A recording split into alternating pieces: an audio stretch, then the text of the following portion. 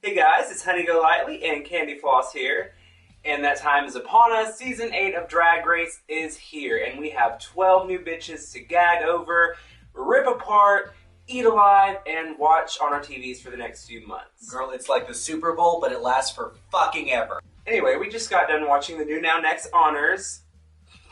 But for real, the Meet the Queens have just come out. We just watched them. I don't know half these bitches, so I had to wait on that. I know a couple. And here we go.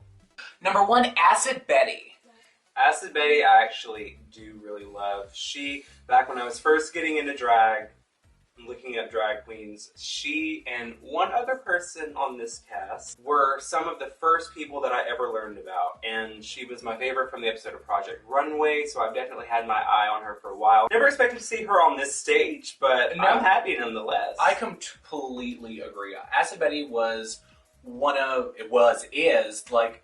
the biggest reasons why I wanted to start doing drag. It's just the avant-garde, the light, the color. Mm-hmm. It's so amazing. Yes. Number 2, Bob the motherfucking drag queen. Bob the drag queen is one of the most legendary performers of our time. If you have not seen Bob perform yet, get your ass on. You're already on YouTube. You're literally 2 clicks away. It's hard for me to say that anybody else comes close to how much I like Bob the Drag Queen on this season. I just don't know if her fashion is up to snuff. Yeah, I can see that. Like, that's my only concern about her. Her looks are all right, but they're not, like, Olympics good, you know? Number 3, Chi-Chi DeVayne. I'm sorry. It was funny because the entire time I was watching her, I was thinking of Kenny Davenport, and then she came out and said that she wanted to be BFFs with the dance queen Kenny Davenport. And my thing with her is that I looked at her and I was like, okay, Kennedy, she's a dance queen. This girl possibly is. She's a pageant girl. But what got me was when they asked about her style of drag, she led with camp. And then she also said what challenge she would slay. The Broadway, anything singing live. So, I mean, she's got pipes, and she looks good. What I know so far, she's about plainer than sugar-free applesauce. She's got a lot to prove in my eyes, but... All right, number 4, Cynthia Lee Fontaine. Our Puerto Rican girl this season. Let me tell you, she's not Puerto Rican. If you look at her Meet the Queens, she looks like an Asian mother, like trying to wrangle her kids in a supermarket. Cynthia. I don't know. I'm excited. She gives me a lot of Tammy Brown vibes. So... I think you're giving her too much credit. I think she's just throwing everything to the wind and hoping something stuck.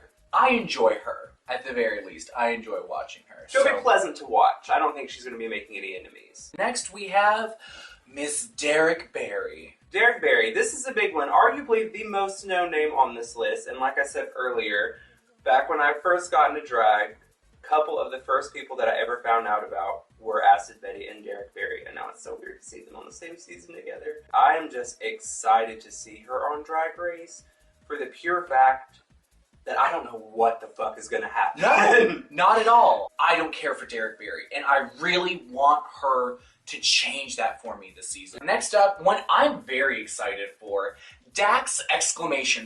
She's kind of giving me Dark Horse vibes. I'm really into this one. I think she could be either very interesting or just a total flop at this point, but I have high hopes for her.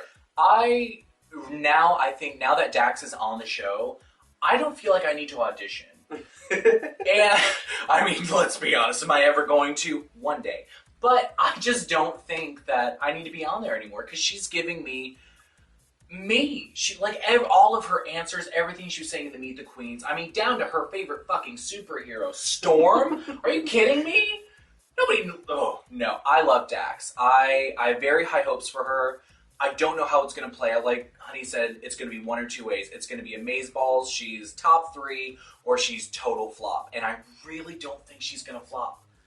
Or at least I hope not. But I don't think she's going to. I hope not. I really hope not. I like that one. Next we have Kimchi, all the way bitches. from Chicago. Yes! I have been waiting for Kimchi to be on here. Nothing bad to say about her. There's really not. I think that Kimchi is the character and the drag queen that this show has needed for a very long time. Absolutely. And I wish her the best of luck. Hope that she slays it, and I hope she brings in a new era of Drag Race. Yeah. Because I feel like she has the potential to do that. We have Laila McQueen. Okay. I remember this one. Everybody's saying that she's an Adore wannabe, and I know approximately nothing about her. Looking forward to her just because I was into her personality. She seemed really young. This is a young season. This is a very young season. I don't know. She just has that very devil-may-care attitude, which either I completely love, or it's like, shut the fuck up. I want to see what she auditioned with to put her on the show. That's what I'm curious about. But anyway, just compared to the other contestants that are on this season, I can't see her making it far. I can't. No, I agree. All right, next up, we've got Naomi Smalls. I'm living. The 90s bitch. Yeah. Yes, 90s bitch. Naomi Smalls. I knew a bit about Naomi Smalls before the show, and that's rare, honestly. But I absolutely live for her look. As far as her performance, I don't know a whole lot about, but she is a model. From what she was saying, I was really buying what she was selling. Now I'm excited to see if she can deliver on all the things she was talking about. Next we have, is it Naisha Lopez? Naisha Lopez. Naisha Lopez. I'm bored with pageant queens. I love pageant queens. I just remembered her. But I've heard that she's a really fierce performer too, so I mean, I'm just waiting. I'm waiting on that. Right now, especially in her Meet the Queens, just with the way she was talking to the camera, it's just kind of, I'm here, I'm polished, get used to it. Next up, we have Robbie Turner. Robbie Turner, this one I can definitely get into. But no, I think Robbie is going to bring a really good, solid throwback to the competition. I mean, she's giving us old drag, but she's giving us old school drag. And you know, we get promised this every season with some queen who really knows their shit, knows their homework about old school glamour, and then they always get the chop in the first couple of episodes. I hope this does not happen. I really hope because not. I really like Robbie. And last but not least, we're already at the end. We're at the end. There's only 12 girls this season. Ready for a half season, girl? Last but not least, we have Thorgy Thor. You know me, I love a good club kid. I don't know if you can guess. She's one of those where, I mean, you love her, you don't. And I love her. I love her. Yeah. I love her so much. She's just very in your face, but not in a way that's entirely unapproachable. This one really knows what she's doing. Absolutely. And yeah. Thorgy. So there you have it, all 12 girls from RuPaul's Drag Race Season 8. First time we've had 12 ever since Season 2, which, by the way, brings me to this idea. Season 2 and Season 8 have a lot in common in my eyes for some reason, just for the crazy range of drag that we have, from just the passable real girls to the extreme high camp to the extreme end of the spectrum with the club kids that we have this season. I think it's going to be very unpredictable.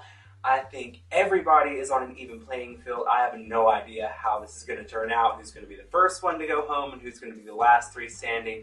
The first time in years, I honestly cannot tell you, and I'm so fucking excited for that. Absolutely. There are so many wild cards this season, and definitely. I think a big contributor to that too, everyone's so young. So young. It's a really young cast, and it's so just polarizing to people. Yeah. I think it's going to make for a really entertaining season, and I'm so excited to get these mother-tucking drag Olympics started. Mm-hmm. It feels like they've really went out of their way to make a big change from last season, which I'm sure we're all thankful for. Hopefully that pans out. RuPaul's Drag Race Season 8, March 7th. Start your fucking engines. Bye. Bye.